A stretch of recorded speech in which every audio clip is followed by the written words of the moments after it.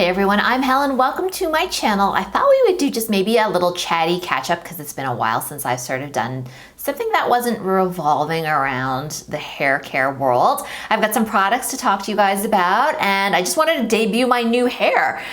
Those of you who are followers, those of you who've been watching me for a while and watched my last few videos know that I've been threatening a haircut for the longest time, and I finally went to get it.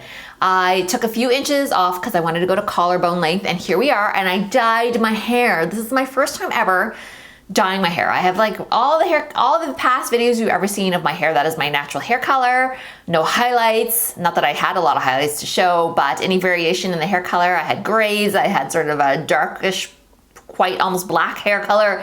Well, I went for it. I got it dyed. My grays are beautifully covered. My hair is now air drying. I've discovered this haircut does not work super well with the whole air drying world because I didn't realize this, but my hair's thicker than I thought it would be. So I really was adamant that I wanted it to be cut bluntly, and I feel like maybe it's too wide, but with some styling I can make it work, but I'm just letting it air dry right now, and I wanted to show you the length. Overall, I really like it. It's a bit of a learning curve though, and I'll tell you why. Here's the thing. After I got my hair done, I just put my makeup on as I usually do, and my makeup's a little bit different today, and I'll tell you about that in a second. Nothing was working. My coloring looks so different because, I don't know if you can tell, I'll come a little closer. There's almost like a hint of something warm in this. I don't want to say red, but I didn't want a sort of blue-black color, and I didn't want a really harsh black. And don't ask me what this color is. My colorist and I looked at a bunch of swatches, and she kind of helped me pick one out, and I kind of just let her pick it out because she's better. I'm not that great at picking colors. So she picked one that she thought was going to best match my hair, and it is a pretty close match, but there's definitely something tonal underneath that is bringing out like a different coloring in my skin, and consequently none of my foundations were working for me anymore. I usually use this Revlon Colorstay to film with in shade 200. That's sometimes a little light, although I'm as pale can be. It is snowing today. It is March 15th, I joke you not. Welcome to Toronto. There is like a decent amount of snow coming, and in 2 days from now, apparently the weather's gonna warm up drastically, and it's gonna be like shorts weather. Welcome to like the Northeast, welcome to like parts of the Midwest. Like if you're in Chicago, it's probably like this for you too. It's just like wintry one day and summer like the next. Go figure. The other color that I like in Revlon's Colorstay, excuse these disgusting looking bottles. The caps get so dirty on these. I do apologize. My actual color is probably closer to a natural beige, but when I'm using these, they're pulling so much peach out of my skin. I look so peachy. I hate it. I don't like looking like that. So what I had to do was walk myself over to Nordstrom because I really wanted to try the new Charlotte Tilbury Beautiful Skin Foundation, and that is actually what I'm wearing now. Because I wanted to recreate this look that I saw from Scarlett Johansson on Vogue, where she wears her hair pulled back like this, like I'm gonna do here. And she sort of doesn't have really much eye makeup at all. And I don't know if this is a new trend, but I really wanted to try it because I do love a cat eye, but I wanted to try something a little different. So she's got like a bold lip, bold brows. I can't really do bold brows. I don't have very many I don't have much in the eyebrow realm. I just really like the look, and I wanted to try it for myself. So anyhow, it started with this like really clean skin look, as I can tell, not too much blush as I can tell, just a bit of a shimmer on the eyelids. So that's what I've done as well.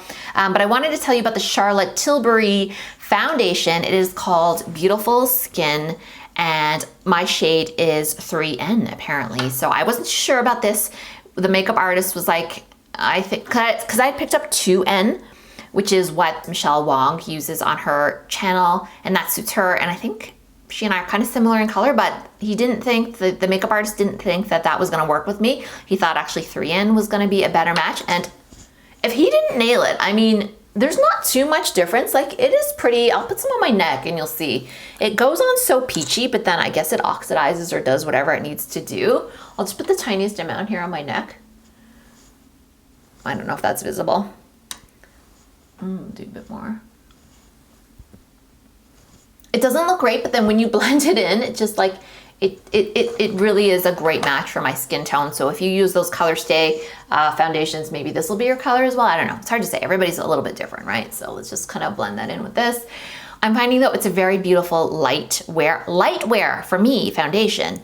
I've seen other people say that it's medium coverage. I am not getting medium coverage out of it at all. My skin is drinking this up, and even at the end of the day, I wipe it off with a wipe and there's like not much there. So I guess it's either transferring during the day or absorbing into my skin. I think this is a beautiful foundation for like going out with your girls, going out for brunch, that sort of thing. I don't think it's good enough coverage for what I do here. When I make videos for you guys, I like to use this Colorstay for normal dry skin because it really just gives me that nice blank canvas without too much shine, because it just doesn't look good, I don't think. I don't think a lot of shine looks good on camera. So liking this so far. It is expensive. It is, I think, $44 US and I think 55 Canadian dollars, which now that I say that is probably pretty average for a beauty foundation. Certainly Tom Ford foundations and many, many others cost more than that. What I don't like about the Charlotte Tilbury foundation though, if I'm gonna be honest, has nothing to do with the performance. It's very pretty, it dries nicely, it'll look nice and sort of glowy by the end of the day. I think really nice pick for mature, dry skin. What I don't like is all these stupid claims in the box. It is so hyped up with like ridiculous statistics, it's just like so blingy, flashy, showing all these numbers at you. Like, I don't need that. I already trust Charlotte Tilbury foundations. I'm a grown ass woman. Like, I don't need to be swayed by like 84% of women said that it made their skin look brighter. Like, I'll decide for myself whether it makes my skin look brighter. You can't sway me like that. And I kind of just think it's too much hype. And I find that her marketing is so smart. A lot of it is just like they'll reel you in. I have talked about this foundation on my Instagram, and like this bot replied. I mean, go ahead and look at that Instagram post of mine. This bot replied, like, you can actually sort of get a virtual consultation with somebody online. And I guess the point being to upsell you a ton of Charlotte Tilbury stuff if you want. Her stuff is very lovely.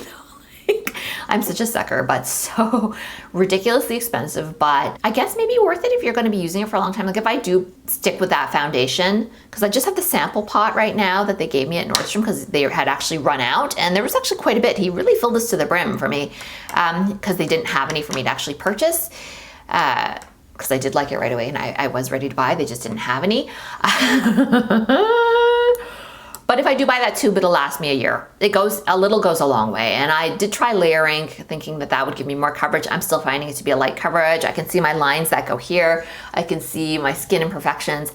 Not that there's anything wrong with that. I'm just saying this is not a sort of, for me, medium finish. Other people swear that it is. For me, it's very light. All right, let's move on to some skincare products that I've got layered underneath. I've got this Olay Deep Hydration Serum and Olay's Regenerist Micro Sculpting Cream, fragrance-free. They're both fragrance-free products. They work really, really nicely. My mom put me onto these because she has ultra sensitive skin and she finds that, and she really like combs through ingredients carefully, something that I never do. Luckily, I don't have sensitive skin, so I will literally slop pretty much anything on my face. And my head too. Like, I am lucky. I can get away with using pretty much anything. It's usually just fragrance that really bugs me.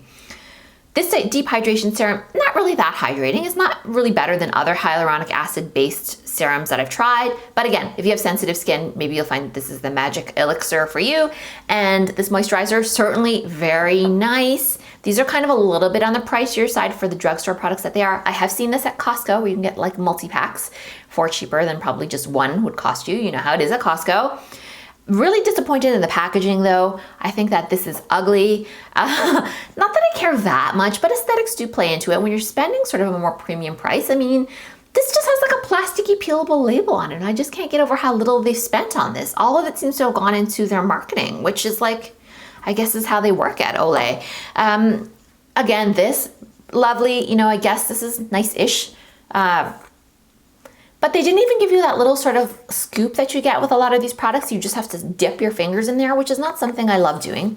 Theoretically, your fingers should be clean when you're applying these kind of products anyway, but like, I don't know, I've kind of gotten used to getting that little tiny plastic scoop that you get with Korean skincare products that, by the way, usually are as affordable as this. You can see my reviews on the Pyunkang Yul, and I'm pretty sure that those are overall, if not the same price, maybe even a little cheaper. They come in beautiful packaging. Just gorgeous. Everything is so beautifully well thought out. The ingredients inside are very nice as well. I find them actually to work a little bit better than these, okay? but these are easy to find, not reactive, so far as I'm finding anyway, and they come from a trusted name. So if that's your bag, I think you're gonna like these. Go ahead and leave me a comment. I definitely look at them for the first little bit, and then I kind of don't. You may have noticed if you're kind of late to the comments, I tend to just not respond after a little while.